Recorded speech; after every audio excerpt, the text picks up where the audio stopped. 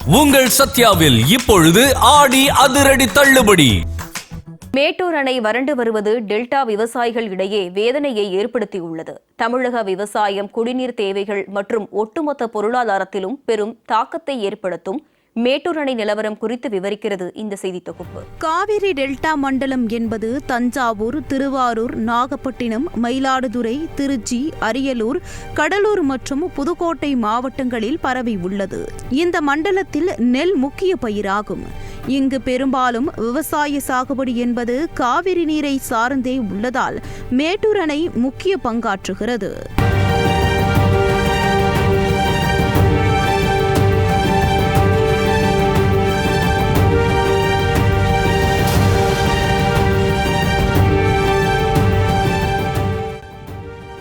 வழக்கமாக குறுவை சாகுபடிக்காக ஆண்டுதோறும் காவிரி டெல்டா மாவட்டங்களின் பாசனத்திற்காக மேட்டூர் அணையிலிருந்து ஜூன் மாத தொடக்கத்தில் தண்ணீர் திறந்துவிடப்படும். ஆனால் தற்போது மேட்டூர் அணையின் நீரிருப்பு என்பது 35.97 TMC ஆகவும் அணைக்கு நீர்வரத்து வினாடிக்கு 65 கன அடியாக மட்டுமே உள்ளது. அணையின் நீர்மட்டம் 73 அடியாக உள்ளது. நடப்பாண்டில் தென்மேற்கு பருவமழை பொய்த்து போனதாலும் கர்நாடக தமிழகத்திற்கு தர வேண்டிய தண்ணீரை வழங்காமல் இருப்பதாலும் மேட்டூர் அணை நீர்மட்டம் குறைந்து காணப்படுகிறது.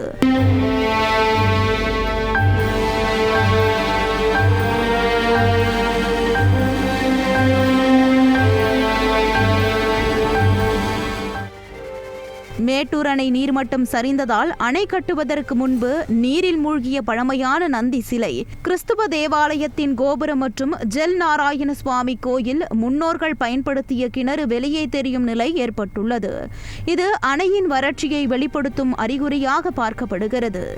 மேட்டூர் அணையில் போதிய நீர் இல்லாததால் காவிரி டெல்டா மண்டலத்தில் குறுவை சாகுபடி கடுமையாக பாதிக்கப்பட்டுள்ளது. மேட்டூர் அணை மீண்டும் நிரம்புவது என்பது காவிரி நீர்பிடிப்பு பகுதிகளில் பெய்யும் மழையையும் மேலிருந்து வரும் நீர்வரத்தையும் பொறுத்தே அமையும் என்பதால் நீரை நம்பி விவசாயிகள் காத்திருக்கும் சூழல் ஏற்பட்டுள்ளது. ஆகவே கர்நாடகாவிடமிருந்து தமிழகத்திற்கான காவிரி நீரை பெற தமிழக அரசு உடனடியாக நடவடிக்கை எடுக்க வேண்டும் என்பதே விவசாயிகளின் கோரிக்கையாக உள்ளது.